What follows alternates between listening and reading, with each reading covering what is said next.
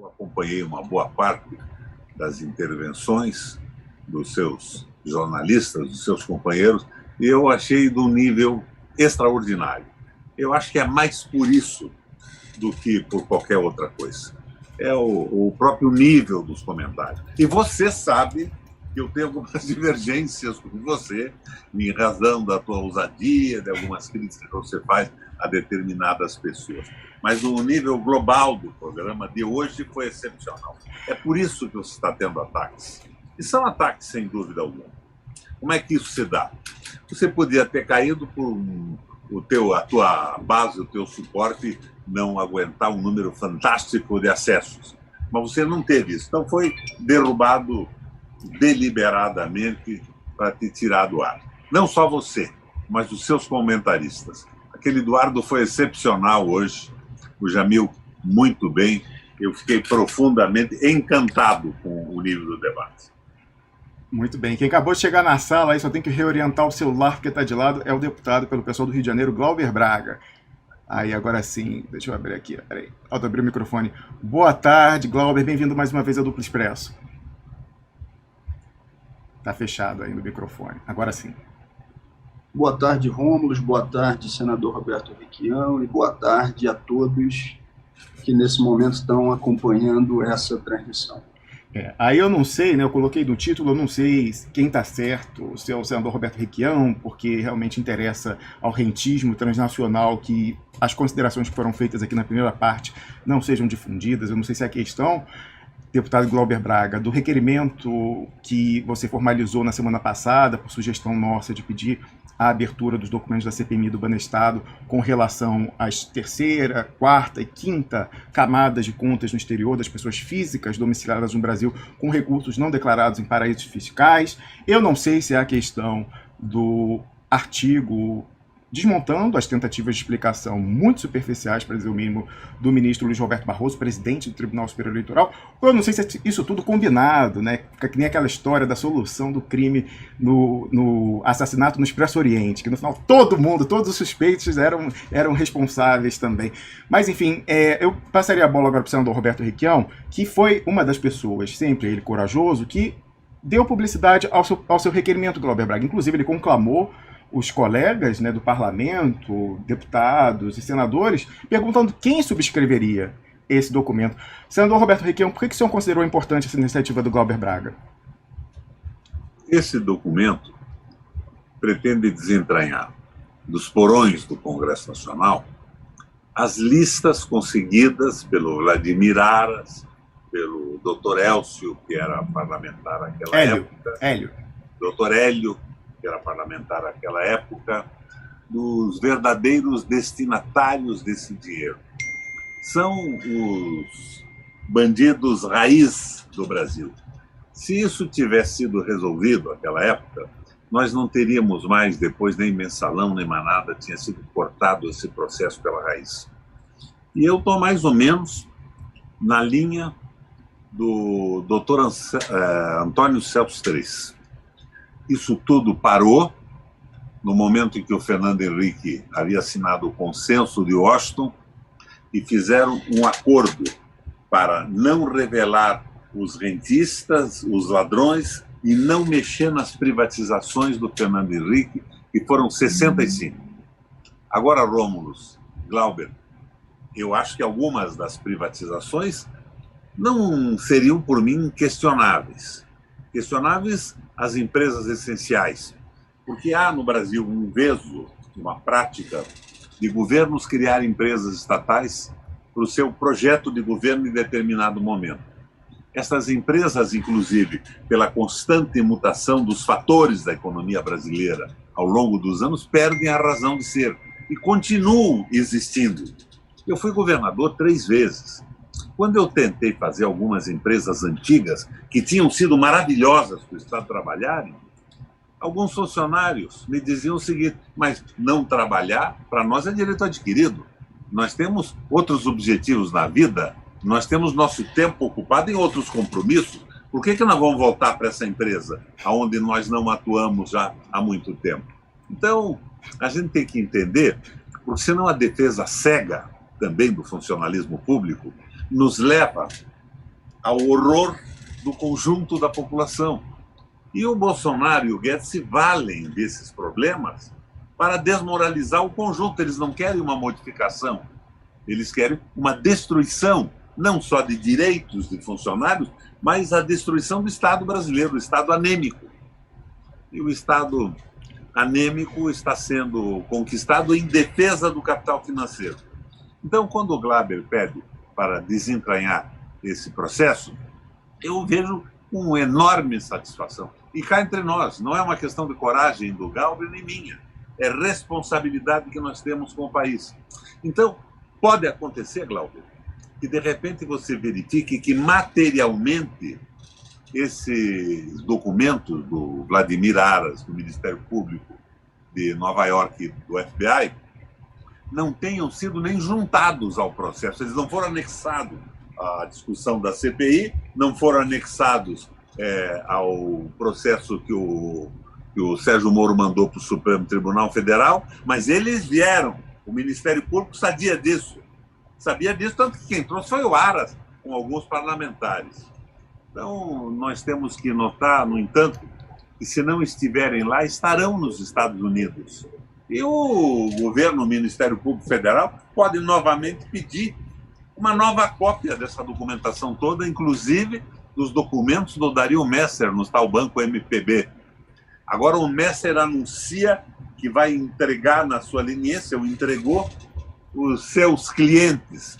Nós temos que checar com aquele documento original de Nova York para ver quantos clientes foram extraídos dessa leniência e quantos realmente fizeram parte dela. Então, é absolutamente necessária a revelação desses documentos que, do ponto de vista das regras da CPI, e eu presidi uma delas, a famosa CPI dos precatórios, deve ter sido todo digitalizado.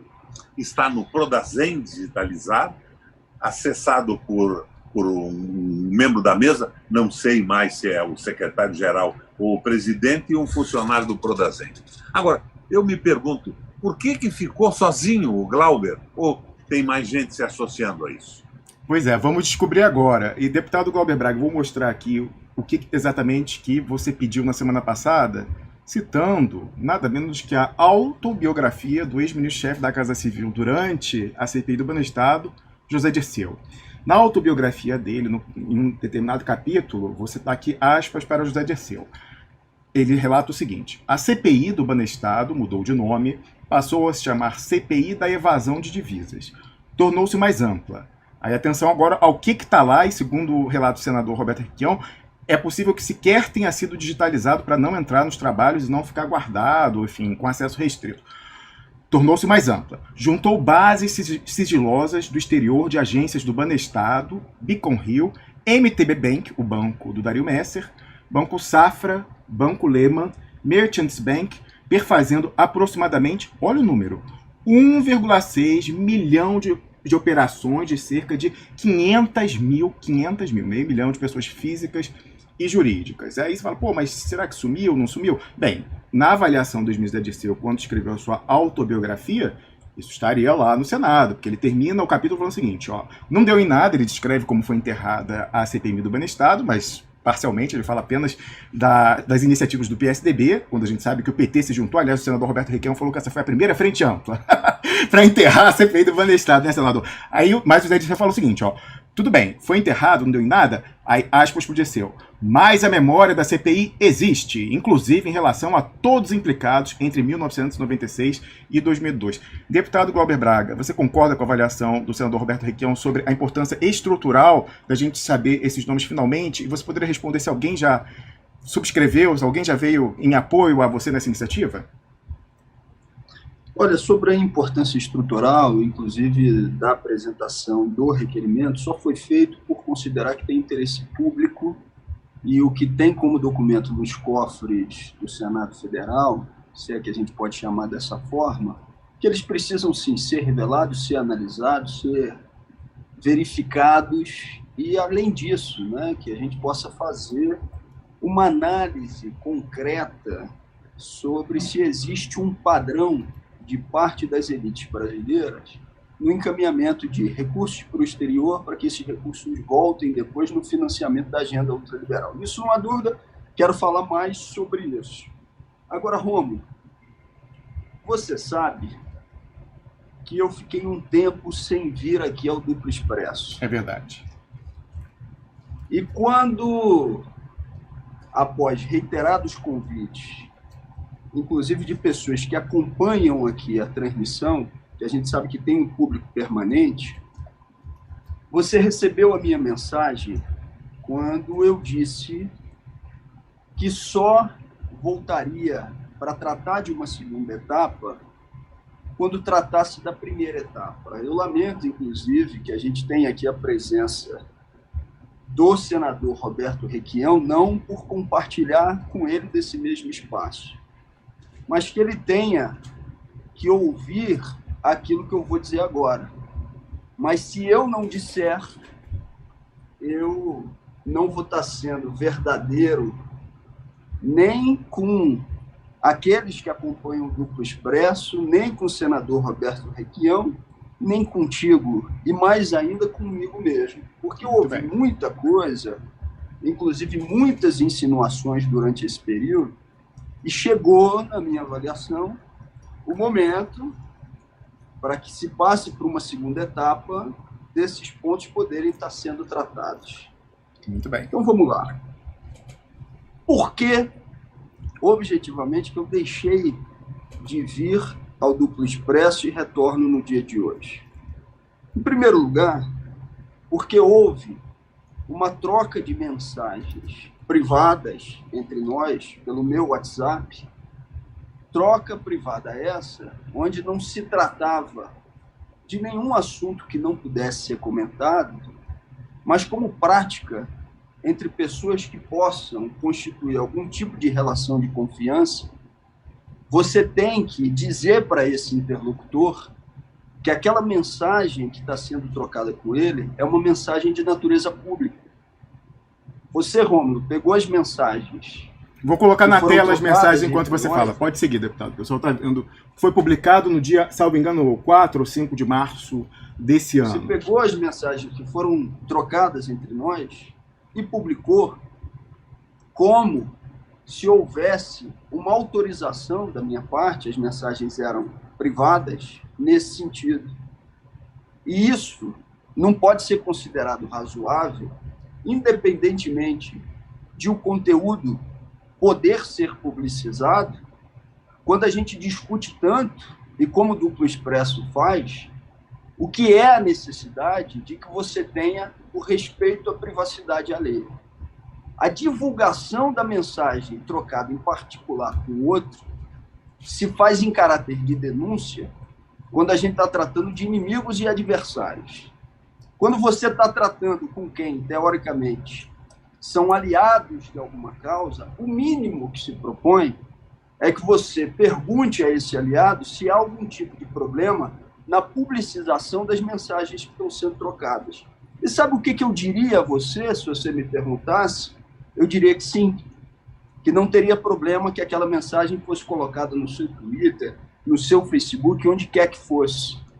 Mas o fato de publicizar sem que você pactue com a outra parte não vai ser considerado por mim razoável, e eu estou dizendo isso aqui para você e para todos aqueles que estão acompanhando o programa. Em segundo lugar, e aí a gente trocou mensagens no WhatsApp, onde eu te relatei isso, eu te mandei um vídeo, sim, vídeo esse, onde você falava do Jones Manuel e dos conflitos que existiram. E eu não quero aqui entrar no mérito do que foram as discussões realizadas.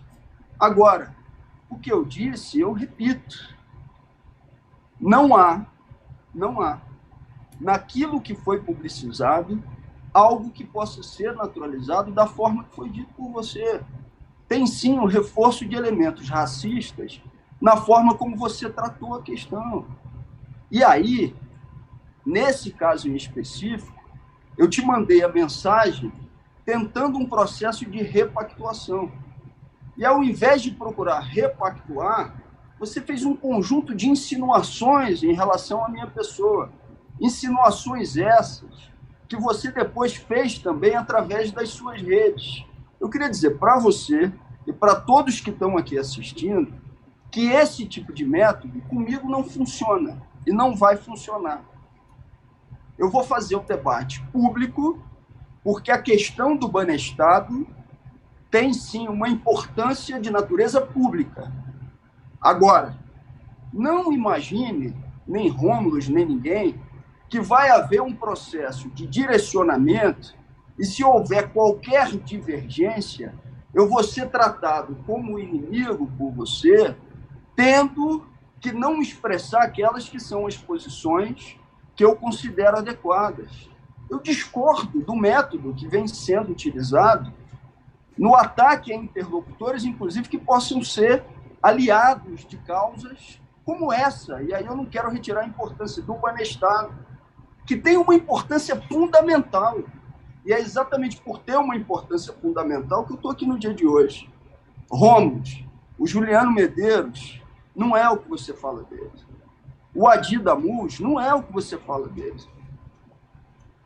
O debate político, ele pode e deve ser feito de maneira dura e firme. A desqualificação, como você inclusive tentou fazer comigo, de interlocutores que tenham uma posição diferente com o método que está sendo utilizado pelo programa, não é algo que possa ser naturalizado. E como, em respeito a Nildo Orix, a Roberto Requião e as pessoas que acompanham o Duplo Expresso, eu acho que a obra que está sendo tocada, no que diz respeito especificamente ao Banestado, é sim de interesse público e tem uma importância que precisa ser tratada. Esse é o motivo que me faz estar aqui hoje. E o fato de eu não ter vindo antes foi exatamente pelos motivos que eu elenquei. Por nenhum motivo a mais, daqueles, inclusive, que de forma desrespeitosa, porque a matéria que você utilizou para dizer o motivo que eu não vinha no programa, vinha com a seguinte manchete: amante gostosona, dizendo que eu estava tratando o Duplo Expresso como uma amante gostosona e que não tinha absolutamente nada a ver com os motivos que eu tinha tratado contigo numa conversa privada para não comparecer ao programa. Se a partir desses elementos que eu trago agora, a gente considera que tem condições de interlocução devido ao caráter público do que é a representação do que aconteceu na CPMI do Banestado e do trabalho que eu reconheço aqui publicamente foi feito pelo Duplo Expresso nesse sentido de investigação, de acompanhamento e de denúncia, se a gente considera que esse interesse público vai prevalecer sobre esses outros pontos, sigamos para uma segunda etapa. Mas eu não poderia passar a segunda etapa sem tratar do que aconteceu na primeira, para que as pessoas que estão aqui acompanhando também o Duplo Expresso saibam qual foi o motivo da minha ausência nesse período. Muito bem, deputado. Você tinha falado ontem, por meio da sua assessoria, que você gostaria de iniciar a sua intervenção aqui hoje tratando disso. Falei, não, sem problema nenhum. Até porque a gente já tratou disso, mas eu sou obrigado a divergir. Então, infelizmente, a gente vai perder um pouco do nosso tempo tratando disso, mas eu tenho que fazer a minha réplica aqui, porque, inclusive, esse foi um processo muito acompanhado pelas milhares de pessoas que nos veem nesses momentos. Bom, eu sou obrigado a divergir, mas é uma questão de opinião, de que a minha fala naquele dia ela pode ter sido mal formulada, mas que ela tenha o condão de reforçar o racismo. Quando eu falei especificamente que eu não tinha, num primeiro momento, relatado condutas controversas do Jones Manuel, faladas em off comigo, porque eu não queria, do alto do meu privilégio de branco, classe média, que estudou no exterior, reforçar um estereótipo racista odioso de que negro é malandro, quando isso é algo excepcionalíssimo. Falei, mas incidentalmente, nesse caso, era verdade. E por isso, por não querer reforçar uma narrativa falsa com algo que é excepcional, como se fosse a regra, é que no primeiro momento eu não tinha falado isso. Mas naquele dia, por uma série de questões, eu resolvi relatar. Então, eu acho sim que há contexto, isso a gente pode discutir, você acha que não, você já tinha falado que você acha que não há contexto possível. Eu acho que há contexto possível, e quem quiser entender um pouco melhor e chegar à conclusão por si, se há ou não contexto, todas as tratativas com Jones Manuel a respeito disso, mudanças de narrativa dele com relação a vir ou deixar de vir ao programa, etc e tal, está retratado com print screen numa publicação de 15 de fevereiro de 2020 intitulada Debandada, Marxistas deixam o duplo expresso, o affair Jones Manuel, em que ele cavou, através da assessoria dele, uma participação no nosso programa. No dia, ele furou, e aí, como vem agora aqui na tela, ele falou que tinha dormido e perdido a hora. Quando depois ele foi ao Brasil 247, e aí, depois de participar do Brasil 247, ele passou a dizer que não vinha ao Duplo Expresso por razões que ele não podia falar publicamente. Quando a gente ouviu por fontes aí com interlocução com o Comitê Central do partido dele, do PCB, que ele teria justamente tentado operar o convite. Então ele cavou, mandou alguém que trabalha para ele, o Gabriel Deslandes, combinar uma vinda aqui para poder chegar, segundo a narrativa, lá para o Leonardo Atush e perguntar: vem cá, o que você me dá para eu furar e deixar eles com um carão na quarta-feira? Você me dá um horário, me dá não sei o quê? Foi o relato que a gente conseguiu, que parece... assim, a narrativa sai reforçada quando ele fala aqui, ó, tá o print mais uma vez público no Facebook, que ele fala: não iria ao Duplo Expresso por razões que não posso expor em público agora. Bom, ele não está falando em público, mas o que ele estava falando do Duplo Expresso em privado? Quando ele tinha dito antes para mim, no dia em que ele faltou aqui, depois de cavar um convite, que ele não vinha porque tinha perdido a hora. Fora isso, a gente teve... Por favor. Com todo respeito, o Jones não está aqui e ele não pode, nesse momento, se defender dos seus ataques. Certo, mas você trouxe esse assunto, deputado, e eu não interrompi enquanto você falava. Eu quero tratar especificamente daquilo que eu tratei com você. Certo. Onde eu tratei, onde eu coloquei a minha posição, na troca de conversa que a gente fez por WhatsApp, e que você, quando disse os motivos de eu não vir ao programa, elencou outras coisas que não tinha nenhuma relação com a conversa que nós tínhamos tido. Eu preferia que a nossa interlocução e a nossa discussão, se a gente quiser passar por um segundo ponto, pudesse se ater ao tipo de diálogo e questionamento que foi trocado entre nós. Certo. Eu disse, pontuei e reforcei que para mim não há justificativa a forma que foi colocada no processo de disputa. E mandei para você, não mandei para uma outra pessoa fazendo essa discussão. Mandei para o seu WhatsApp. Nunca coloquei na minha rede social, nunca coloquei no meu Twitter. Então, estou me referindo a uma conversa onde houve a interlocução entre nós. Então, eu preferia que você, inclusive, pudesse utilizar o seu tempo, se você assim achar que deve, falo com todo respeito, para poder, inclusive, fazer os questionamentos que você fez em relação à minha pessoa, até para que a gente possa passar uma segunda etapa, porque eu, pessoalmente, estou aqui no programa, na transmissão, e eu posso me defender dos ataques ou da interpretação que você faça do meu comportamento. Pessoas que não estão presentes para poderem dialogar sobre aquilo que você está trazendo, já que eu estou presente, você pode fazer o questionamento que fez na minha ausência a mim, eu acho que é mais adequado que faça em relação a mim os questionamentos que fez quando eu estava ausente. E vamos dialogar sobre isso e vamos para uma próxima etapa, se é que a gente acha que há interlocução por conta do tema do Banestado ser de interesse público. Era essa ponderação que eu queria fazer em diálogo contigo. Muito bem, mas obviamente que eu não posso me furtar de responder essas questões. Então, eu concordo que seria mais adequado um debate, mas eu tentei isso nas redes sociais, não foi possível com relação à contradição. Aliás, a gente publicou um artigo, então, se o Jones Manuel entendesse por bem se defender disso, ele não fez. Eu acho que aí é uma avaliação minha diante do que eu apresentei. Não haveria possibilidade, mas na sua fala, deputado, lá atrás, quando eu trouxe esse recorte muito limitado da minha fala em 5 de fevereiro, você não dizia que não havia justificativa, você falou que não havia contexto possível para aquela fala. Eu discordo mais uma vez, de que em se procurando há contexto sim, e ele está muito bem representado nesse artigo que eu mencionei ainda há pouco. Com relação à publicação de mensagem privada, eu mostrei aqui realmente, você concordou agora que é algo que não haveria nada demais, mas você considera que seria adequado eu ter pedido autorização, ou pelo menos dado ciência, antes da publicação. É uma discussão, enfim, é algo assim, bastante debatido atualmente, que essa geração milênio, da qual eu faço parte, você faz parte, dá muita importância a essa questão de print screens. Mas eu vou fazer uma confissão aqui que eu já fiz em público. Na verdade, quando eu fiz essa publicação, foi uma forçada de barra, para verificar se uma suspeita com a qual eu estava se configuraria ou não. Que era o quê? Antes de eu publicar essas mensagens, eu já tinha feito convite para você vir aqui no programa diversas vezes para tratar da questão do Patriot Act Tabajara. E várias e várias vezes seguidas foi apresentada razões aí de agenda que não permitiriam.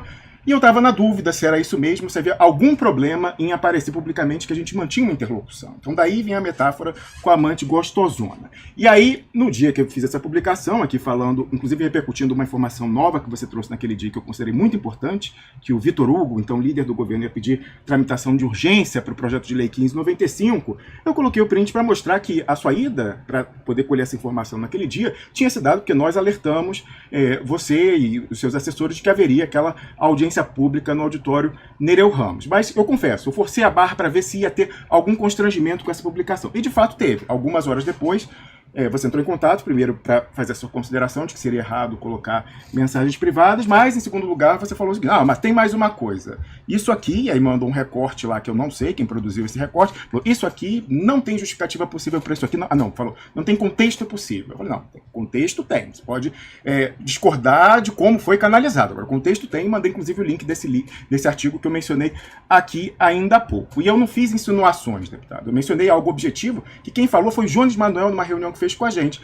Ele descrevia como, na concepção dele, supostamente marxista-leninista, eu desconheço, inclusive, pessoas marxistas-leninistas me falam que não é bem assim, mas dizia que o primeiro imperativo de um revolucionário é constituir o aparelho revolucionário, e para constituir o aparelho revolucionário tem que gerar caixa. E aí ele começou a elencar, ninguém perguntou isso, ele começou a elencar uma série de medidas que, na visão dele, estava permitindo caixa... Eu queria repetir aquilo que eu já disse para você, tá certo? Ele não está aqui para se defender das acusações que você faz em relação a ele. Eu queria te perguntar se você não... Eu não estou fazendo, deputado, eu não estou fazendo... Aproveitar... Eu estava chegando no contexto. Se você não preferia aproveitar esse tempo para que aquelas insinuações que você fez em relação a mim... Mas é isso, é aí que eu estou chegando. E aí... você não possa utilizar esse tempo para me questionar. Exatamente, mas é aí que eu estou chegando. Você disse, inclusive, que eu não vinha ao programa e colocou e mandou uma mensagem para mim dizendo que tinha que ver onde que o meu calo, do ponto de vista político, apertava.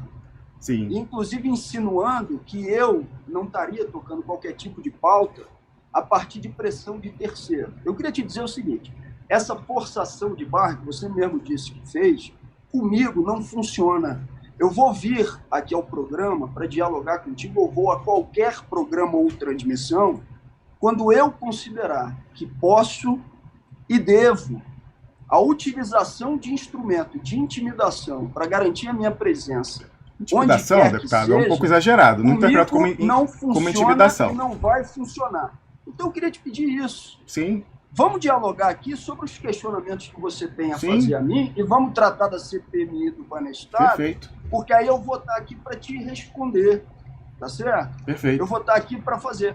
A discussão que você estabeleceu com o Jones Manuel, vocês vão estabelecer, se ele quiser também, em um outro canal de uma outra forma. O que eu disse aqui foram os motivos que me levaram a não vir. Sim. E a reafirmação de que eu te mandei a mensagem com 2 conteúdos, entre eles, que eu considerava que não havia justificativa e contexto possível para aquela troca de mensagem com ele, para a forma como você se manifestou, que tinha ali uma reafirmação de elementos racistas. Isso não disse para você na mensagem, estou dizendo agora, que foi o que me motivou, inclusive, a mandar a mensagem para você. Perfeito. Já disse, você se contrapôs à minha posição, e aí eu te pergunto, tem alguma coisa que você queira tratar especificamente das insinuações que você fez em relação a mim? Eu estou aqui para te responder. Perfeito. E tem alguma coisa além disso, além das insinuações feitas em relação a mim, para serem tratadas da CPMI do Banestado, eu vou estar aqui para tratar desses 2 temas. Agora, eu não vou ficar exclusivamente aguardando, porque aí daqui a pouco você vai estar dizendo, o Juliano Medeiros fez isso, o Adi Damus fez isso. Eles não estão aqui para se defender dos ataques que você está fazendo. Eu estou. Dirige os ataques que você fez em outro momento a mim, as insinuações que você fez a mim. A quais ataques, deputado, a quais ataques você se refere? A gente vai dialogar a quais ataques? Sobre elas. Por favor, a quais ataques você se refere, a sua pessoa? E só com relação aos demais aí citados, Adi Damus, eu respondi a um ataque que eu sofri. Né? O Adi Damus me atacou primeiro, eu não ataquei primeiro. Isso as pessoas sempre esquecem, falam, ele ataca fulano, beltrano. Eu nunca sou o primeiro a dar porrada, mas eu respondo de forma fulminante sempre. Exatamente, eu tô querendo... Mas qual ataque eu fiz a você, deputado, em específico? Eu estou querendo aqui dialogar contigo sobre isso, porque no meu caso, eu fui exatamente o primeiro a receber a porrada.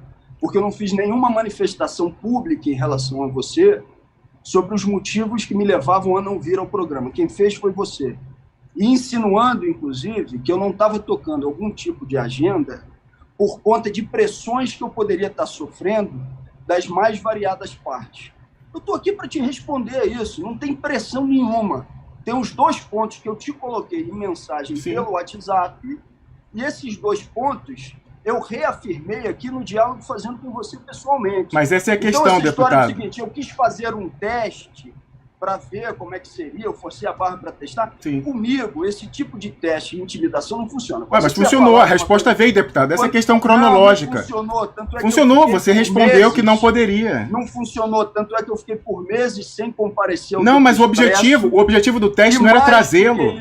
E mais do que isso, só apresentei o requerimento por considerar que ele é de interesse público. Excelente. E que tem pessoas respeitáveis que têm tratado Muito desse bem. tema. Excelente. Incluindo Nildo Ouriques, incluindo o senador Roberto Requião. Excelente. Se concordamos com isso, vamos para o próximo ponto. Ou se você tiver algum questionamento a fazer a mim sobre as insinuações que você fez, eu estou aqui para te responder. Mas eu só gostaria de saber que insinuações, vamos falar em concreto, deputado, porque só com relação à questão da cronologia... Em concreto, você disse que eu não estava tocando a pauta porque existia algum tipo de pressão política sobre mim ou pressão de qualquer outra natureza para que eu não viesse a tocá-la. Isso é mentira, isso é uma insinuação mentirosa. Não, eu não falei que você não tocava a pauta, deputado, eu falei que você não vinha ao programa. Os motivos que me levaram a não vir ao Duplo Expresso são exatamente esses que eu estou elencando Perfeito. aqui. E não adianta, eu não vou guiar a minha agenda ou a minha ação por um tipo de intimidação que eu considero indevida. Eu vou fazer quando eu achar que tem interesse público envolvido. Perfeito. Por achar que tem interesse público e que tem pessoas respeitáveis que defendem esse tema publicamente, é que eu estou hoje aqui para dialogar com você e principalmente com aqueles que estão fazendo o acompanhamento dessa transmissão. E peço já desculpas ao senador Roberto Requião por estar tendo que acompanhar esse diálogo e essa conversa, mas eu sou, como o senhor também, senador Requião, daqueles que não deixam para falar depois o que tem que ser falado agora ou que não levam... Somos 3, então. Melhor aí. Aqui, então fiz questão de colocar esses pingos nos is e, se está resolvido, pelo menos nesse momento, e se aquilo que você tinha de questionamento a fazer a mim está já solucionado, vamos para a próxima etapa. Não consegui concluir porque eu fui interrompido. Então agora eu vou tentar ser o mais sucinto possível, mas é o seguinte, há uma questão de cronologia, deputado. Então, o que aconteceu? Você trouxe para mim as suas razões, dizendo que, primeiro, eu havia discordado da publicação da mensagem privada e, em um segundo momento, trazendo a questão do Jones Manoel, e era aí que eu ia chegar, quando eu mencionei a questão do que ele teria falado, deixado de falar na reunião em privado, depois que eu fiz esse estresse da relação, mostrando que havia uma interlocução. Então, depois que eu fiz isso, e aí já havia, durante 1 mês e pouco, negativas sucessivas para vir ao programa, eu falei, bom, será que é a coisa do Jones Manoel?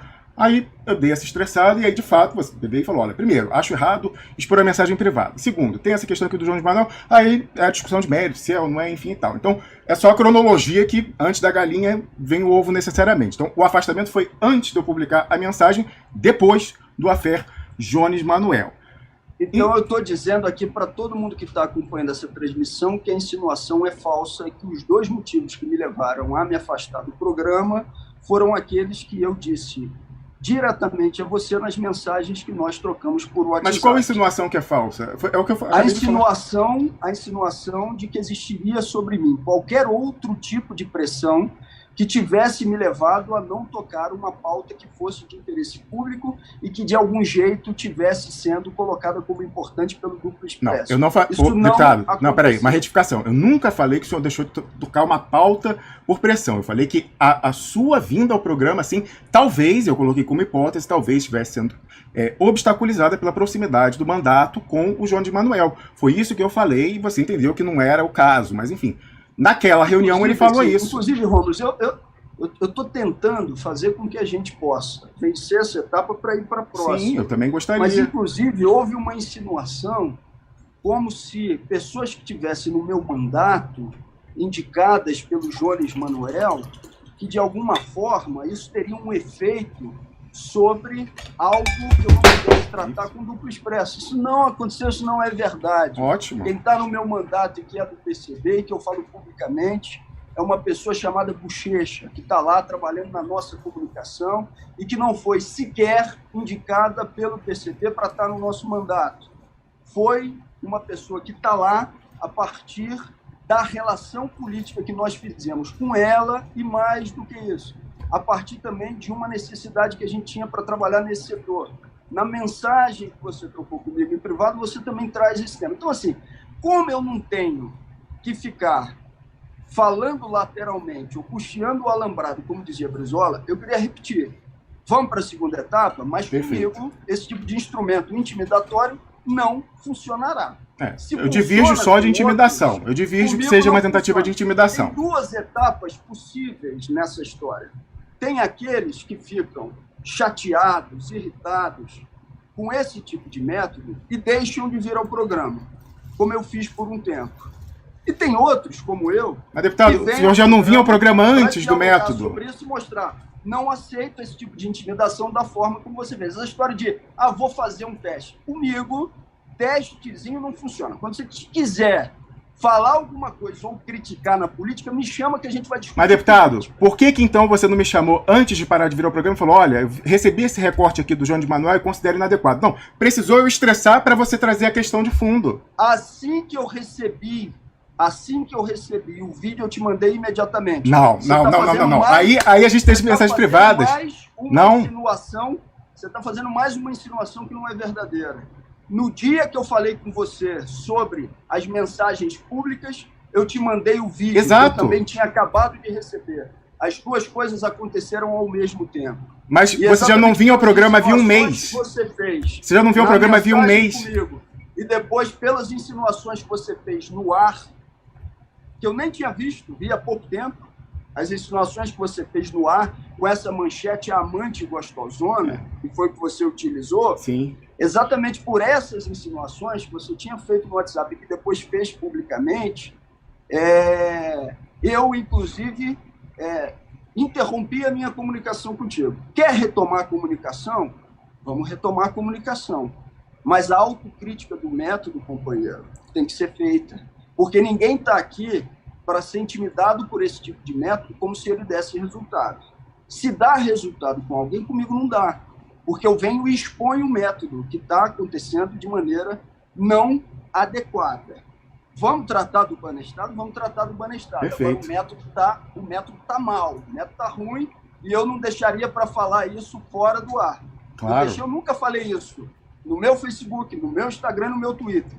Estou falando pela primeira vez aqui no ar, porque você tem possibilidade, inclusive, de contrapor aquilo que eu estou dizendo, como eu estou tendo possibilidade agora de contrapor o que você disse com insinuações que não são verdadeiras, de que eu tinha pressões exercidas sobre mim e que essas pressões me levavam ao afastamento. O que me levou ao afastamento foram esses dois pontos que eu acabei aqui de repetir e colocar. Vamos para o Banestado? Vamos sim, por favor. Só assim, para concluir mesmo, como eu falei, há diferentes interpretações. Enfim, de fato a gente faz uma pressão, eu até discuti isso na última terça-feira com o Nildorix, quem você citou, que a gente arregimento, o que em inglês chama online shame, constrangimento digital, não foi o caso com você especificamente, mas de buscar nas redes sociais, nessa plataforma do Web 3.0, em que as pessoas podem se manifestar de uma forma horizontal, marcar as pessoas com relação a pessoas do governo Bolsonaro, personalidades do judiciário, pessoas até da nossa representatividade social nas instituições, que a gente julga que deveriam estar fazendo alguma coisa que não está fazendo, por exemplo. Mas, nesse caso específico, o deputado, eu tinha falado que eu entendi se houvesse um constrangimento. Não afirmei de forma nenhuma que exerceria pressão, porque seria o rabo abanar o cachorro, né? Então, realmente, eu acho que não faria sentido. Mas eu concordo, acho que a gente já, enfim, né, já expressamos isso, uma conversa que continua, as pessoas já têm também alguma opinião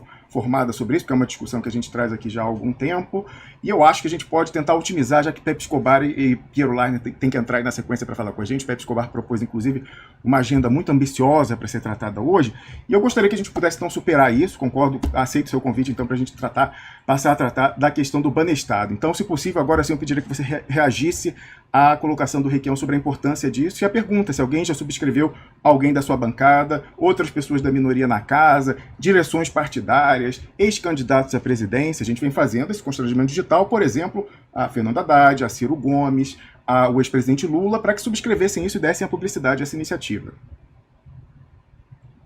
Eu não tenho nenhuma notícia ainda do processo de subscrição, né? Eu dei entrada, inclusive do ponto de vista eletrônico, na mesa do Senado Federal, porque nesse período, inclusive, as próprias comissões não estão funcionando, mas essa decisão tem que ser tomada pela mesa do Senado Federal. Mas acho que, inclusive, o requerimento é um instrumento relevante agora de diálogo, de apresentação a outros parlamentares, outras forças políticas, do que está contido ali, do que representa, qual é a lei. Quem me explicou muito bem e que teve uma conversa política interessante comigo sobre esse assunto, ademais das manifestações públicas sobre o tema, foi, por exemplo, o Nildo Orix, né? A gente fez uma conversa de fôlego, de tempo, onde ele foi trazendo elementos do que representava essa ação, da importância dela. Eu considero que ela tem um elemento fundamental e importante na conjuntura. E tendo um elemento importante, eu fiz a apresentação do requerimento. Se a gente tiver agora no convencimento, no diálogo com outras forças políticas, a possibilidade de mais assinaturas, ótimo, excelente, porque essa é uma disputa que a gente não imagina que vai ter exclusivamente no campo institucional, né? Ou seja, esse é um elemento do campo institucional para garantir força social, para garantir força política e poder fazer a denúncia do que é a representação daquilo ali. E a pressão pública sobre elementos de política pública, eu não vejo nenhum tipo de problema. Acho, inclusive, que ela deve ser feita.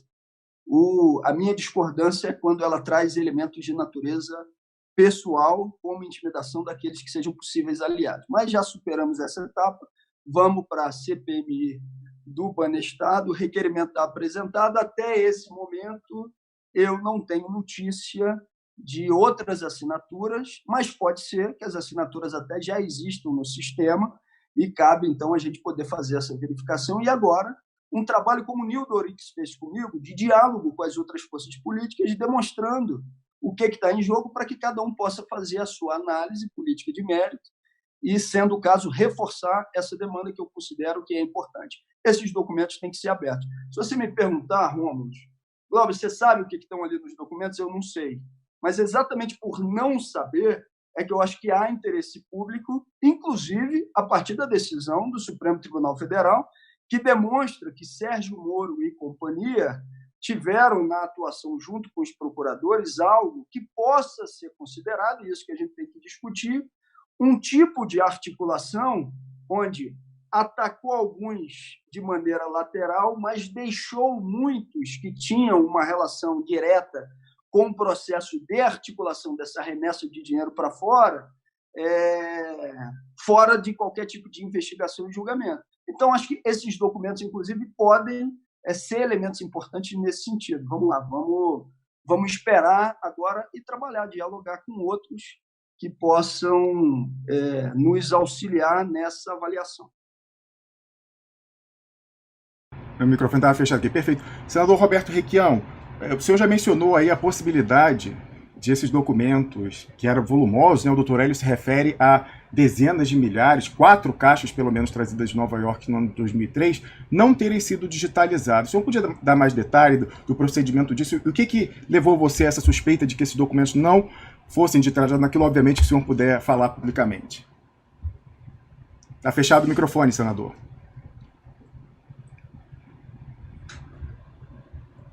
Eu parto do pressuposto da análise do Antônio Celso III, que a ela já me referi no início da minha intervenção. O Celso acha que havia dificuldade, depois da eleição, do PT e do Lula governarem, e que então foi feito um acordo O acordo incluía não mexer em nenhuma das privatizações feitas no período do Fernando Henrique Cardoso e não mexer mais no destino do dinheiro mandado para fora através da Carta Circular número 5, que eu denunciei a partir do conhecimento que tive de que saía por Foz do Iguaçu uma soma de dinheiro maior do que a reserva cambial brasileira à época, e que uma parte desses recursos eram enviados em nome do dono da barraca de cachorro-quente. Então, eu acho que foi esse acordão. Foi uma visão, foi um erro. Mas eu não costumo estabelecer cobrança de erros. Eu acho que os erros não merecem, num processo político maior, uma autocrítica. Eu tenho dito isso a respeito do PT. Os erros são experiência e não devem ser cometidos outra vez. E isto vale também para o que discutimos até agora, não eu, mas vocês, nesse programa. E você sabe das críticas que eu lhe faço num tom mais silencioso do que o do Glauber. Mas eu acho que foi isso.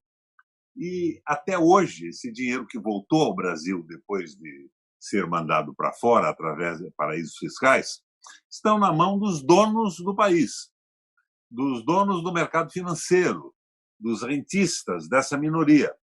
E esse pessoal é que está nos levando a essa anomia administrativa. O Guerreiro Ramos dizia que uma mudança política necessária, mesmo na nossa visão, uma mudança política de justiça social, de inclusão de trabalhadores, de resgate da soberania, tinha que ser feita com alguma cautela, porque senão ela abruptamente destruiria a economia do país. É isso que está fazendo o ministro da Fazenda, o Guedes, e o capital financeiro. Eles estão correndo atrás de modificações e desestruturando o país. Eles estão nos levando a uma crise absurda, que vai nos devolver aquele período anterior ao Lula, de assaltos, de depósito de comida, de fazendas. Então, esse equívoco é absoluto. Vamos supor que eles acreditem no liberalismo econômico. É uma suposição que eu não tenho. Eles estão acumulando capital, força, estão dominando a estrutura política do Brasil, mandam na mídia, financiam campanhas eleitorais, financiam partidos. Mas o erro básico está na forma bruta de fazer isso. Isso vai anarquizar o país de uma forma completa. Então, eu me suporto em cima disso para achar extremamente importante a revelação desses documentos, se foram digitalizados. Se não foram digitalizados, o Ministério Público brasileiro podia pedir uma cópia. Se eles trouxeram, se o deputado Hélio e o procurador... O Vladimir Aras e o Carlos Fernando Santos Lima. O Vladimir Aras trouxeram na mão, eles terão cópia nos Estados Unidos. Eles não mandaram originais de nada, não varreram nem queimaram o arquivo. Então, nós temos que ir atrás disso. E nós vamos saber quem são os ladrões originais, os ladrões raiz, que, na minha opinião, são os que estão mandando no governo agora. E que, junto com os interesses geopolíticos norte-americanos, provocaram esse absoluto descrédito da política, dos políticos sérios. E elegeram, como um dano colateral, esse animador de picadeiro do Bolsonaro, nesse circo que se instaurou no Brasil com anomia absoluta. Então, eu acho fundamental. E o pedido do Glauber foi importantíssimo. Agora, me assusta, Glauber, que nós não temos tido o apoio dos nossos companheiros progressistas, nacionalistas, de esquerda, de centro-esquerda do Congresso Nacional. O seu gesto devia, a meu ver, ter sido seguido por uma posição muito firme do PT, do PDT e individualmente de parlamentares no Senado e na Câmara. Me assusta um pouco esse jogo. É o jogo que eu vi, por exemplo, quando eu apresentei o meu relatório da CPI dos precatórios. Primeiro eu apresentei na CPI, na comissão, pessoalmente, cara a cara com aquele pessoal todo. As razões eram tão fortes que o relatório duro que eu produzi, pedindo a punição de bancos e de diretores de bancos, de presidentes de bancos, de corretoras, não teve contestação na comissão. Eu aprovei a unanimidade, ou quase a unanimidade, não me lembro exatamente na época. Mas quando ele chegou no plenário, o governo do Fernando Henrique dizia: se houver essa condenação desses bandidos, desses ladrões, vai quebrar o mercado financeiro brasileiro. Alguns, por ingenuidade, acreditaram nisso. Outros, por safadeza. É verdade que já naquela época havia ausência de uma proposta clara de devolução da soberania nacional, de contenção do poder do Banco Central na mão dos banqueiros e tudo mais. Então, eu acho que o Glauber está levantando esse problema. O seu mérito, com todas as críticas que tenho lhe feito aí por e-mail, mais do que ao vivo, é muito grande ter levantado esse problema, senão nós não estaríamos discutindo isso. E eu acho que a raiz da criminalidade repousa na CC5, Banestado. Você veja, nunca foi pelo Banco do Brasil, pela Caixa Econômica. Pegaram os banqueiros. O governador daqui do Paraná, que eu sucedi, era o Álvaro Dias. Vamos perguntar para ele, porque ele nunca viu isso. Por que eu tive que ver logo depois que assumi? Agora, a raiz da criminalidade do processo está aí. Esse dinheiro voltou, está financiando essa direita, e é uma coisa fundamental. Agora, nessa crítica de vocês, eu que estava aqui passivamente escutando, só não gostei da história marxista-leninista do sujeito que foi o pivô da divergência de vocês, aí o parte do pivô, que o pivô principal deixou claro, o Glauber, foi a revelação de WhatsApp, de dizer que a função principal é montar um... Não é a principal, é a primeira, para ser justo, a primeira. Montar um aparelho e conseguir dinheiro. Vamos começar a roubar banco de novo. Não é por aí. Não é por aí. A guerra é híbrida, o jogo é diferente, e eu mando esse companheiro dar uma olhada na 5ª unidade da dialética, produção, pro horror de muita gente, do Stalin, a constante mutação dos fatores. Muito bem. Deputado Glauber Braga, aliás, sobre essa questão de pressão pública, a gente saiu da última terça-feira, senador Roberto Requião, com compromisso do vice-presidente do PDT em São Paulo, Gabriel Cassiano, de mais uma vez interpelar alguém que ele tem interlocução direta, o ex-candidato à presidência Ciro Gomes, ex-ministro, para que ele encampe, ele que fala tanto contra o rentismo, aborde esse tiro, essa bala de prata contra o rentismo, que é a exposição das contas no exterior, lá finais, dos beneficiários finais, no Banestado. Mas, deputado, eu perguntaria sobre as perspectivas, uma avaliação mais política do pedido, a despeito da necessidade para a nossa luta, em virtude do atual presidente da Câmara, Rodrigo Maia, ter sido vice-presidente da CPMI do Banestado, e alguém que os relatos narram como tendo sido um dos articuladores do enterro àquela altura. Então eu perguntaria primeiro se, obviamente, que a gente tem que ser pessimista na análise e otimista na ação, como advoga Gramsci, mas eu perguntaria primeiramente qual a sua avaliação sobre a resposta disso, e a avaliação se você está vendo abertura quando você manda esse requerimento para outros partidos, outras bancadas de subscrição, e em sendo rejeitado pela presidência do Senado, na pessoa de Davi Alcolumbre, o que a gente pode fazer, qual seria o caminho regimental para continuar fazendo isso? Ninguém aqui tem ilusões de que será fácil esse caminho, mas no mínimo ele serve para expor quem quer seguir enterrando esses documentos que estão ocultados da sociedade há 2 décadas, pelo menos. Deputado Glauber Braga. Então, primeiro, assim, uma honra estar tendo a oportunidade de estar aqui com o senador Requião. Eu não hierarquizei aquilo que eu disse inicialmente, viu, senador, sobre os motivos principais e acessórios. Para mim, não. As questões são importantes conjuntamente. Mas, a partir desse momento, eu vou me ater, inclusive na referência a outras pessoas, aos temas que estão sendo discutidos no programa, porque exatamente entre nós é que a gente pode ter a fala daqueles que podem, inclusive, estar rebatendo supostas menções aos seus nomes ou o que cada um de nós dissemos. Então, assim, o Rodrigo Maia, há uma nova chave que, para a gente, não é uma novidade.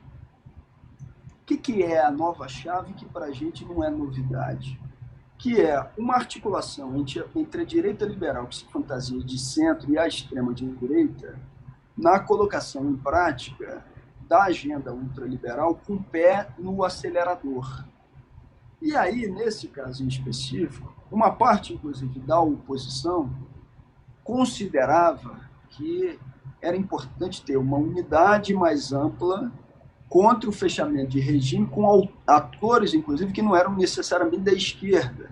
E tinham no Rodrigo Maia alguém para fazer uma composição em relação a isso, né? Não é que a gente não defenda unidade de ação contra o fechamento de regime. Se for, por exemplo, para votar a cassação da chapa, evidentemente você vai ter unidade de ação, inclusive com aqueles que não necessariamente são da oposição ou de esquerda. O problema é quando aqueles que compõem o que seria uma frente e unidade de ação contra o fechamento, na verdade, o que eles estão buscando, o que eles estão querendo é que a gente abaixe as nossas bandeiras. Para quê? Para que eles tenham mais facilidade na colocação em prática da agenda ultraliberal. E nisso se enquadra o Rodrigo Maia, né? Então, acho que é importante, sim, o fato dele ter uma participação relevante nessa CPMI do Banestado e ele poder estar sendo cobrado publicamente como adversário das nossas causas é uma necessidade histórica e pode ter certeza que é algo, inclusive, que eu já tenho feito em outros temas e vou fazer também no que diz respeito à CPMI do Banestado e à disponibilização desses documentos. E respondendo objetivamente, Rômulo, a sua pergunta no que diz respeito ao que pode fazer se a mesa do Senado negar, né? Se a mesa do Senado negar e se a gente se ativer a elementos de natureza institucional, a gente pode preparar um recurso à Comissão de Constituição e Justiça do Senado.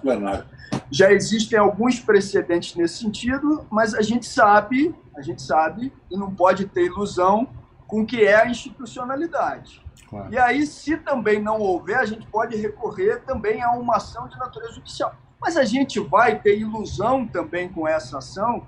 Não dá para ter ilusão com ações que a gente venha a apresentar nesse sentido também pelo judiciário, porque a gente sabe que está no escopo institucional, que inclusive pode ter uma relação direta com aquilo que foi apresentado e que está sendo discutido e que tem interesse público. Nesse caso em específico, eu acho que a nossa grande tarefa é exatamente ter a possibilidade de reforçar os elementos sociais que pressionem a institucionalidade, seja da mesa do Senado Federal, seja do judiciário brasileiro. As instituições se movimentam a partir do movimento das massas. E por isso, eu considero e concordo com o senador Requião que, independentemente das diferenças que a gente colocou no primeiro momento, não dá para descartar a importância estratégica que tem esse trabalho de apuração para que esse tema possa estar sendo debatido. E eu faço esse reconhecimento aqui publicamente. Respondendo a sua pergunta para não fugir dela.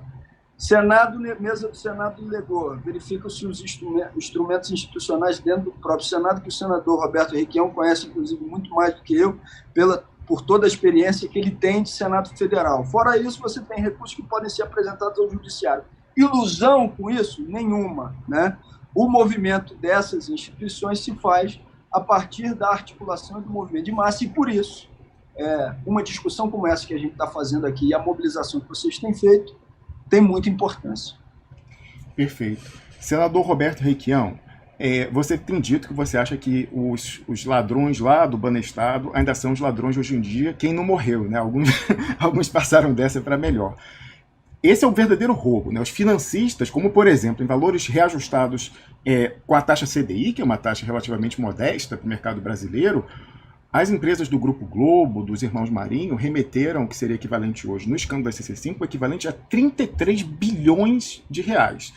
Só são barrados pela família Safra, né? Todas as organizações do Grupo Safra, é mais dinheiro ainda. Esses são os verdadeiros ladrões, mas a gente tem os pequenos operadores no Estado e a gente, inclusive, num primeiro momento, não deu atenção a isso. Todo mundo esperava que a nossa cobertura fosse focar em parlamentares, pessoas da máquina do Estado. Não, esses são operadores, né, do grande capital vadio, como o senhor costuma falar, não é tão importante. Mas a gente tem uma pessoa importantíssima no momento atual, embora não tenha sido o grande foco, que é o atual presidente do Tribunal Superior Eleitoral, ministro do STF, Luiz Roberto Barroso, com uma remessa em valores corrigidos apenas pela inflação em dólar, equivalentes a 2,5 milhões de dólares, num período em que ele já era funcionário público havia mais de décadas, já era procurador do Estado do Rio de Janeiro. Podia advogar. Não, sim, podia advogar. E era procurador do Estado do Rio de Janeiro e professor da Universidade do Estado do Rio de Janeiro, onde ele foi meu professor de Direito Constitucional.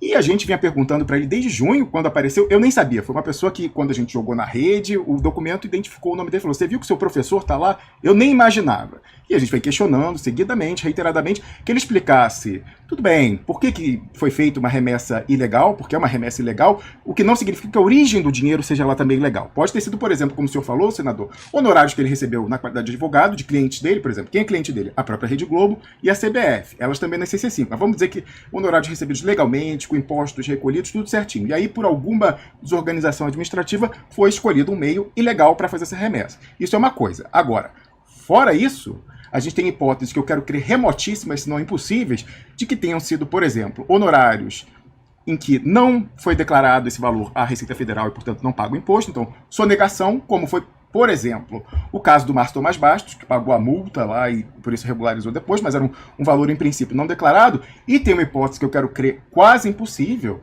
que fosse, por exemplo, um dinheiro de origem, na própria origem criminosa. Por exemplo, um exemplo remotíssimo que eu quero dar aqui, hipotético apenas, que ele, na qualidade de procurador do Estado do Rio de Janeiro, tivesse recebido propina para fazer vista grossa por alguma coisa errada. E, obviamente, que é intolerável, insuportável que a cidadania brasileira fique com essa dúvida, porque, afinal, isso poderia estar sendo usado clandestinamente, se fosse o caso, para pressioná-lo indevidamente no exercício da sua função atual como ministro do STF e presidente do TSE. A gente vinha há 2 meses pedindo que ele esclarecesse a origem do dinheiro, ele se negava a fazer isso. Nessa semana, ele finalmente respondeu a um veículo simpático a ele, dizendo que ele nunca foi correntista do Banestado, isso ninguém nunca disse o contrário, afinal, a maior parte das pessoas que recorreram a esse sistema nunca foram correntistas do Banestado. Mas também acrescentou o seguinte, que ele, durante várias etapas da vida dele, estudou e trabalhou nos Estados Unidos, como se isso fosse a justificativa para ele ter feito essa remessa. A gente foi verificar, né, essa foi com o release da assessoria, a gente foi cruzar isso com o currículo Lattes dele, na plataforma do CNPq, e nesse período ele fez apenas um cursinho de 5 dias em Harvard, que custa 5 mil, não milhão, 5 mil dólares. Nunca que isso justificaria uma remessa de 2,5 milhões de dólares, 2,5 milhões de dólares em valores atuais. Senador Roberto Requião, por que ninguém com mandato até agora se autorizou a questionar formalmente o ministro do STF para que ele produza, né, entregue à sociedade as explicações para essa remessa? Não há condições políticas de exigir de alguém que é o ápice, o pináculo do moralismo na juristocracia, que é o Luiz Roberto Barroso, que tira essa dúvida e que a sociedade possa voltar, a cidadania brasileira, a dormir tranquila, senador Roberto Requião? Por que ninguém com mandato ousa questionar o ministro Luiz Roberto Barroso? Vamos lá. Eu quero responder por inteiro. Em primeiro lugar, essa remessa não seria necessariamente ilegal. A CC5, originariamente, era para brasileiros não residentes no Brasil, mas acabou sendo para todo mundo. O Banco Central abriu a porteira e o Banestado, o Banco Araucária e 2 outros 3 tamboretes, aí, como dizia o Jader Barbalho na minha CPI, abriram a perspectiva de mandar dinheiro para fora. Podia ser, se não se pagou imposto de renda, sanado com o pagamento, como fez o Márcio Tomás Bastos. Então, o pressuposto de legalidade não é absoluto. Mas o que eu acho, basicamente, é que os parlamentares não se mobilizam, porque este Congresso Nacional, com heróicas e bravas exceções, como a do Glauber Rocha, que está conversando conosco aqui. Quase, Glauber Braga, o Rocha é o cineasta. Glauber Braga, que está conversando conosco. Tenho certeza que você concorda com isso. Tem o rabo preso, pavor total do judiciário, em função do modo com que se financia campanha, partido e tudo mais. E outros que são do baixo clero calam a boca para conseguir pequenos favores. Tem gente que troca um voto contra a Petrobras por uma ambulância para o seu município. É um nível baixíssimo de inteligência, de participação e de identidade com o Brasil. Então, a minha preocupação, como a do Antônio Celso III, eu não individualizo esse processo. Eu quero conhecer essa máquina. Quem foram os clientes do Messer? Desculpa, o Glauber. Rocha não sei de onde é que veio, hein? Mas ele deve... veio do fundo da memória. Mas não tem problema não, senador, que minha mãe e meu pai colocaram o nome de Glauber em homenagem ao Glauber Rocha, o cineasta. Então é uma honra. Era o meu amigo na juventude também, grande figura. Mas, então, eu acho que é o baixo nível do Congresso, que baixou ainda mais em relação aos 2 mandatos que eu tive no Senado, em função dessa história, de que todo político é corrupto, todo partido... Agora, nós precisamos dar esclarecimento a isso, até do ponto de vista histórico, Glauber, para evitar repetição do erro. Eu não estou pedindo autocrítica do Senado, dos partidos, estou pedindo que mudem o comportamento. Agora, essa mudança só vai acontecer quando o conjunto da população tiver consciência do que acontece no processo político brasileiro. Você está lá, eu estive lá. É uma vergonha o comportamento. Gente que pensa de uma maneira... Tem até aquela história de um vice-presidente da República, Aureliano Chaves, que um dia, comentando um discurso contra o governo, ele verificou que, à medida que o orador se alongava nos argumentos racionais, objetivos e diretos, ele via o comprimento de cabeça dos parlamentares. Daí, o cara pergunta para ele, está liquidado esse assunto? Ele disse, não. O convencimento ocorreu com a oração do tribuno, que ocupa agora a palavra. Mas o voto já foi negociado antes. Então, é mais ou menos isso que está acontecendo no Congresso. É por isso, Glauber, que eu louvo essa tua resistência. O meu defeito é esse, é dizer o que eu penso. Eu não digo para você que eu esteja certo sempre, mas jamais vou negociar uma posição política. E o que me horroriza hoje é, inclusive, essa disputa presidencial, em que os candidatos batem uns nos outros, ao invés de pensarem objetivamente no Brasil, numa unidade para um governo de transição que nos tire disso. Um governo de transição à moda do Guerreiro Ramos, que não tenha a veleidade de imaginar que vai derrubar tudo. Ora, eu, se pudesse, fechava os bancos e tinha banco público. Mas não, nós não podemos propor isso. Mas podemos propor o fim da autonomia do Banco Central, que ela não é legal, mas ela existe de fato porque são os banqueiros que indicam os principais diretores do Banco Central e operadores. Então nós temos que ir por aí, garantir a soberania brasileira, o plebiscito de referendo, o referendo sobre as privatizações, para o povo dizer se quer que isso continue ou não, respeito ao trabalho, devolução de princípios básicos da CLT e da aposentadoria, precisavam ser modificados. Eu repito aquela história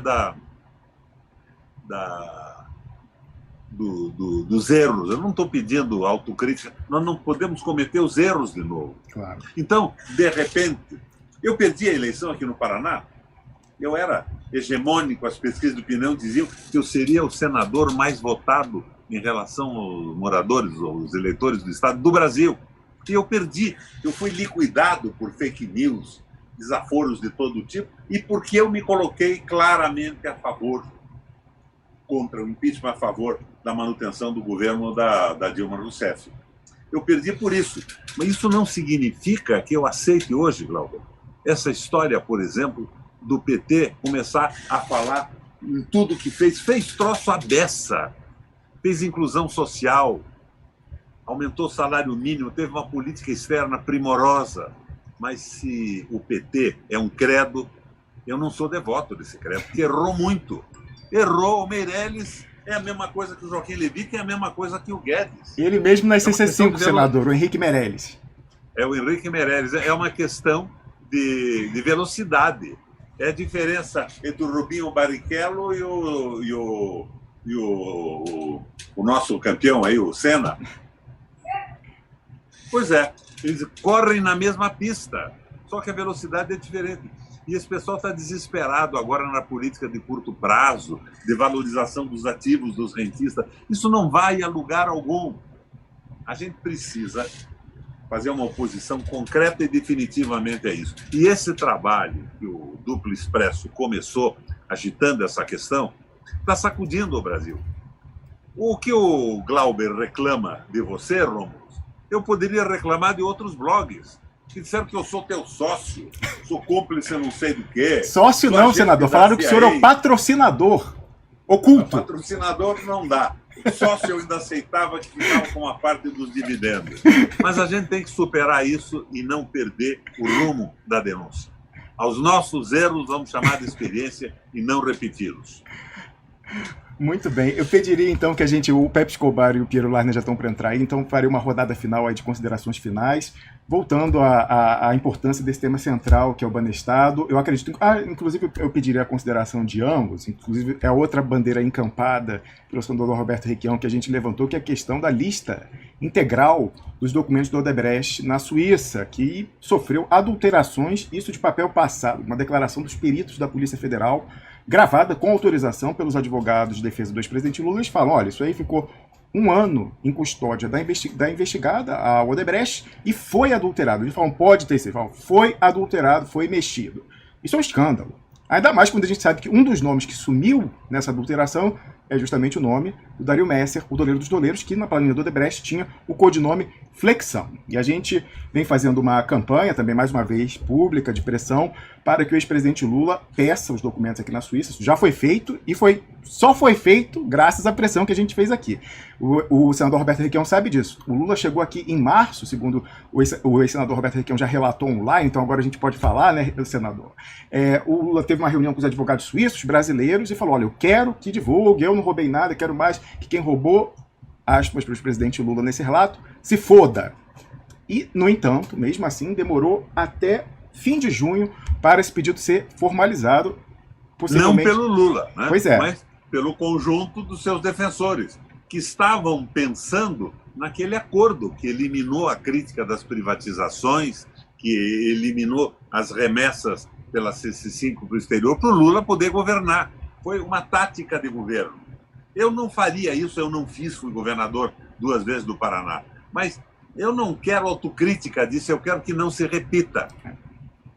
Subscrevo integralmente, professor. Agora, é professor, não deixa de ser professor. O Requião é sempre professor. Mas concordo, senador, e a gente vem pedindo isso, que daqui para frente seja feito. Agora, tem uma diferença de tática aí na batalha dentro das instituições, por quê? Boa parte aí do establishment jurídico do PT e que orbita o PT fala o seguinte, não, toda a nossa bandeira agora de enfrentamento tem que ser colocado no julgamento da suspeição do Sérgio Moro no STF. Inclusive o senhor, senador, já disse que se mostra... E eles acreditam nisso? Acreditam, eles né? acreditam nisso tanto quanto acreditavam na condenação do Dallagnol. Exato. Eu tô tão cético quanto o senhor, mas esse pessoal que fala que... Eu publiquei no meu Facebook aquele texto do Jucá, que termina dizendo com o Supremo e com tudo. Exatamente.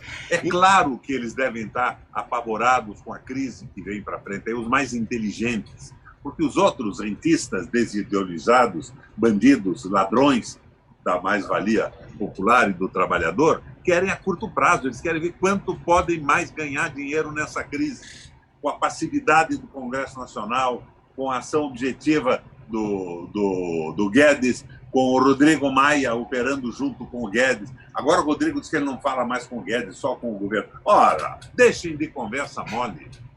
O Rodrigo Maia participava da Frente Ampla. No dia seguinte, ele pôs a carteira verde e amarela para votar na Câmara dos Deputados. Então, nós temos que ter um objetivo claro, Frente Ampla, sim, mas não tão ampla que bote a quinta coluna dentro da frente. Muito bem, perfeito. Então, nessa situação, quem quer favor do STF, ou pelo menos o reconhecimento de um direito, que seria a suspensão do Moro, que é algo que é indiscutível para qualquer pessoa séria, não entraria numa postura de choque aberto. E mostrar a lista integral do Odebrecht é um choque aberto, por quê? Porque lá tem também os nomes da cúpula do judiciário que também foram ocultados. Isso saiu em 2017. A revelação da conta do Messer vai mostrar se o Ministério Público do Rio de Janeiro não está tentando dar impressão do combate à corrupção, escolhendo o alvo. Exatamente. É uma confissão que foi feita num acordo. E esse acordo pode ser o mesmo acordo que levou ao silêncio sobre a CC5. E eu estava dizendo a vocês, não me lembro mais se terminei, que eu aprovei quase a unanimidade na comissão. E no plenário o governo pediu para votar contra, porque ia anarquizar o sistema financeiro brasileiro, E o único voto favorável foi o meu. Eu fiquei totalmente isolado nesse processo. Mas é um voto que muito honra a sua trajetória, senador Roberto Requião. Então, para concluir a conversa, eu perguntaria o seguinte para o deputado Glauber Braga. A gente teve aqui tempos atrás, assim que houve esse pedido por parte do Lula, a presença do senador Rogério Carvalho, líder do PT, no Senado, e eu perguntei, né, de maneira franca, como costumo fazer, senador, você poderia, ou a sua bancada, fazer um questionamento formal ao ministro Luiz Roberto Barroso para que explicasse a origem do dinheiro remetido de forma irregular na ICC5? E ele foi muito franco, e a minha admiração por ele só cresceu com isso quando ele falou, olha, fazer algo dessa natureza criaria um nível tal de enfrentamento e de insuportabilidade que a nossa própria atividade ali no parlamento deixa de ter razão, porque em alguma medida dizem assim, olha, a gente só pode ir até um determinado grau. Se você quer esse tipo de exposição, aí o nosso espaço não seria o adequado. Mesma coisa o ex-presidente Lula, né? Ele pegar e divulgar os documentos que tem nome de quem leva propina no STJ, no STF, no TCU, outros órgãos de controle, é dizer que ele não acredita na lisura do julgamento do STF, que esse pessoal está vendendo que vai ser redentor, vai reabilitá-lo politicamente e ele poderá se candidatar em 2022. Então, deputado Glauber Braga, para concluir, eu perguntaria se você acha importante essa divulgação na integralidade ou se você acha que... Você sempre fala nas suas colocações que o judiciário tem corte de classe. Então você acredita ou você está cético, como eu e o senador Roberto Requião, no sucesso desse pedido da suspeição do Sérgio Moro e não acreditando se você acha que um remédio para tentar bagunçar esse jogo seria a divulgação da integralidade dessa lista do Odebrecht? E por fim, aquela questão que você trouxe no ano passado, inclusive comentou aqui no programa, eu queria saber se ainda é corrente. O senador Roberto Requião falou aí do papel do Rodrigo Maia na aprovação das pautas ultraliberais de destruição do Estado. Certa vez você falou no Twitter, e a gente convidou para que você comentasse isso aqui no programa, que um dos argumentos de convencimento do Rodrigo Maia para os deputados votarem a favor da pauta ultraliberal é dizer que ou vota isso ou vai ter golpe militar no Brasil. Esse argumento ainda é usado? Então, duas perguntas, deputado Glauber Braga, para concluir.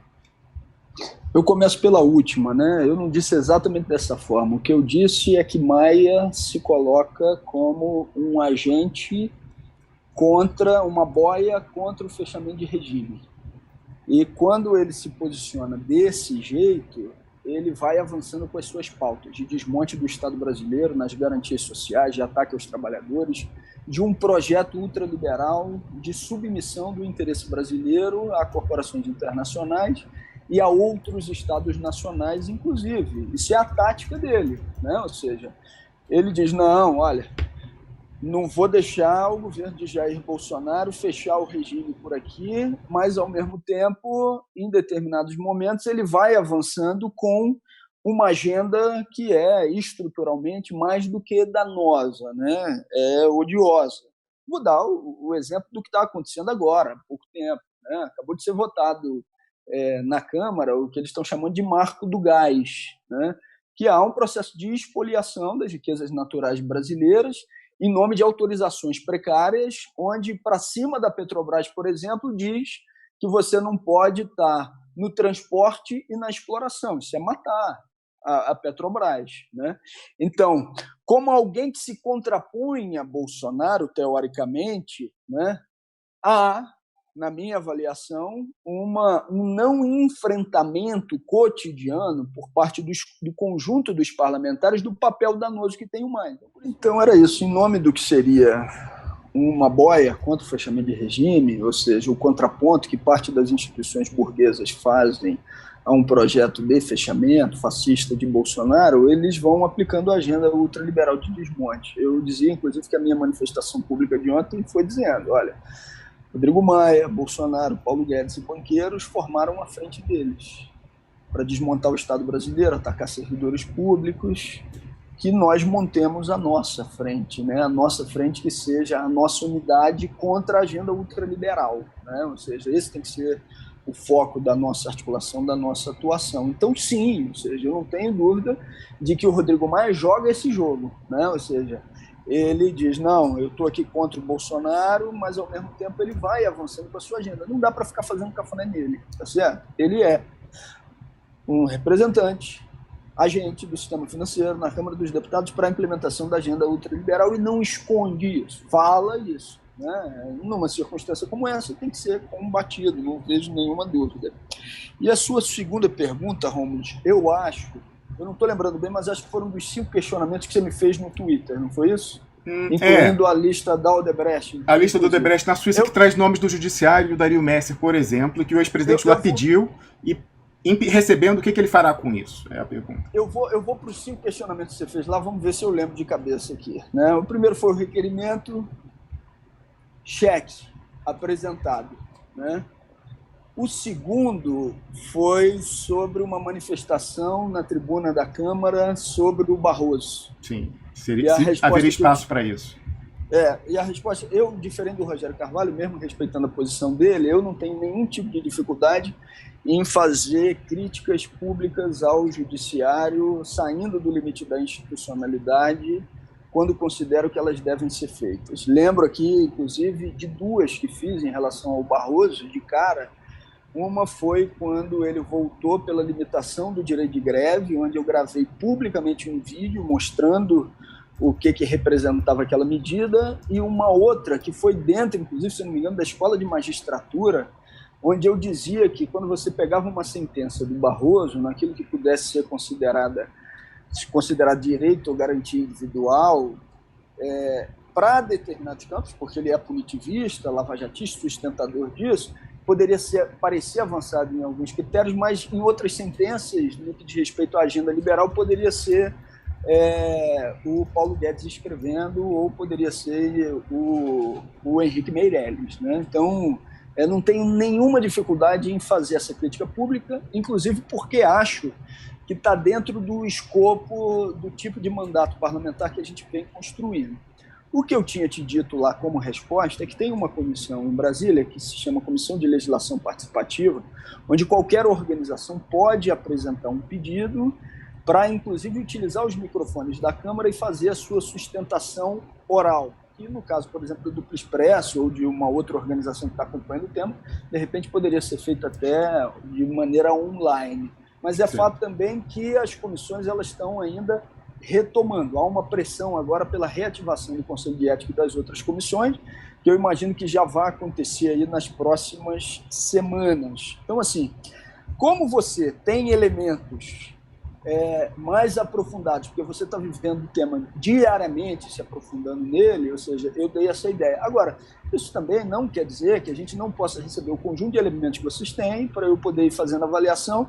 Quando eu tiver uma avaliação política de apresentação ou de manifestação pública, como fiz em relação ao requerimento, posso fazer, né? Também, como o senador Requião, não estou procurando um processo de individualização, mas acho que em determinados momentos a cobrança pública sobre algumas figuras da República ela pode ser necessária. Mas isso pode ser feito por mim, mas pode ser feito por vocês também através dessa comissão.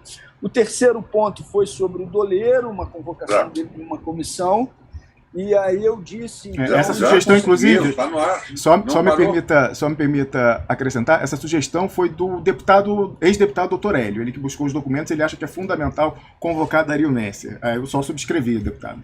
Não, perfeito. Assim, eu acho assim, não tem nenhuma dificuldade na apresentação com os elementos que justifiquem um processo de apresentação de convocação. É claro que em determinadas comissões, como a gente joga ali numa institucionalidade que é reativa, às vezes você apresenta numa comissão e o presidente da comissão, já que está no jogo, fala assim, não vou colocar porque não tem uma relação direta com os objetivos dessa comissão. Já aconteceu comigo de outras vezes, inclusive fiz denúncia pública sobre isso. Mas temos que cobrar, como a gente está fazendo, o Rodrigo Maia para a reinstalação das comissões permanentes, né? Se tiver um link, inclusive, com desvio de recurso público, uma das comissões, eu não faço parte dela, mas um deputado que pode apresentar, é a Comissão de Fiscalização e Controle. Na Comissão de Legislação Participativa, que essa eu faço parte, pode ser apresentada também por qualquer organização social. Mas o que pode acontecer é o presidente da comissão dizer não vou pautar e a gente fazer disputa política para que paute, né? E fazer denúncia pública. A quarta foi a do Lula, né? A cobrança pública ao Lula, que eu te disse lá que não faria, e aí por uma modificação, uma divergência no processo de cobrança pública sobre fatos específicos, respeitando a divergência, porque aí eu acho que está no campo da política, né? Que é a seguinte: eu coloco as minhas energias para cobrança pública daqueles que são os meus adversários políticos, né? Ou seja, tem um elemento que é de natureza pública, eu não vou simplesmente me colocar como membro de uma campanha sem ter o conjunto dos elementos, falando Lula, tem que fazer. Agora, respeito quem faz. Isso daí eu acho que está dentro... Como, por exemplo, o senador Roberto Requião vem fazendo. Respeito completamente quem faz, né? Agora, sem ter elementos mais aprofundados e sem entender que o interlocutor melhor para poder estar disponibilizando isso seja o Lula, tá certo? Eu vou continuar colocando a minha prioridade na cobrança àqueles que são os adversários prioritários de classe e da implementação da agenda ultraliberal, né? Ou seja, essa vai ser o encaminhamento. Não acho que eu sou o melhor interlocutor para fazê-lo, você já vem fazendo isso, e outras figuras públicas já vêm fazendo isso. E o quinto ponto, que já tinha respondido pelo Twitter, agora estou aqui também no Duplo Expresso, que foi para dialogar sobre esse conjunto de temas. Maravilha, fechando muito bem a participação do deputado. E, senador Roberto Requião, despeça-se da galera, você que é um querido da nossa comunidade. Essa cobrança do Lula, eu acho que não é necessária mais. Ele fez a parte dele, é verdade, senador, você tem razão. Ele já disse que ele quer esse troço aberto, doa quem doer. E ele não é o advogado do processo, então não dependia de uma iniciativa dele em cima do requerimento. Ele está numa posição muito boa. Agora, uma notícia para vocês. Uns amigos meus de Brasília me disseram que continua fora do ar o programa. Não, é porque gerou... Aqui em Curitiba, não. Gerou um novo link. Não voltou. É porque eles não chegaram no novo link, mas já tem aí 1.500 pessoas no YouTube, a gente estava com 3.300, 3.400, o pessoal derrubou a metade, mas aos poucos a gente vai recuperando. Aqui vai ficar em duas partes. Quando cai, o YouTube gera um link novo. Então, todo o pessoal que estava lá tem que se ligar, tem um novo link. Mas enfim, a sabotagem, o meu site até agora não voltou, tá aí quase 48 horas, ou 24 horas fora do ar, e o pessoal atacando desde manhã, antes ainda de entrar no ar, atacando o IP. Isso porque tem gente, senador Roberto Requião e deputado Glauber Braga, que fala que Banestado é uma coisa antiga, irrelevante, não tem mais nenhum impacto na realidade. Imagina se tivesse, né? Tirar um site do ar, ficar atacando uma transmissão com um deputado e um ex-senador da República. Não é fácil, não. Muito obrigado, Glauber Braga, muito obrigado, Roberto Requião, pela presença aqui hoje. Vamos seguir batendo bola para expor isso que provoca tanto temor no poder de fato, na finança, no capital vadio, como fala o Requião.